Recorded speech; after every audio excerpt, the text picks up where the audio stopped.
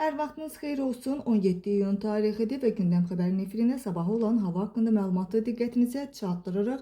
Belə ki, Milli Hidrometeorologiya Xidməti 18 iyun tarixində olan hava proqnozunu açıqlayıb. Belə ki, sabah Bakıda və Abşeron yarımadasında havanın dəyişkən buludlu olacağı, arabir tutulacağı, əsasən yağmursuz keçəcəyi gözlənilir. Lakin səhər bəzi yerlərdə qısa müddətli yağış yağacağı ehtimal edilir.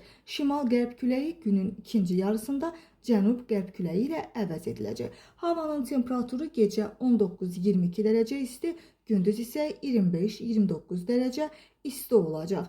Azərbaycanın rayonlarında bəzi yerlərdə arabir yağış yağacağı və şimşək çaxacağı gözlənilir.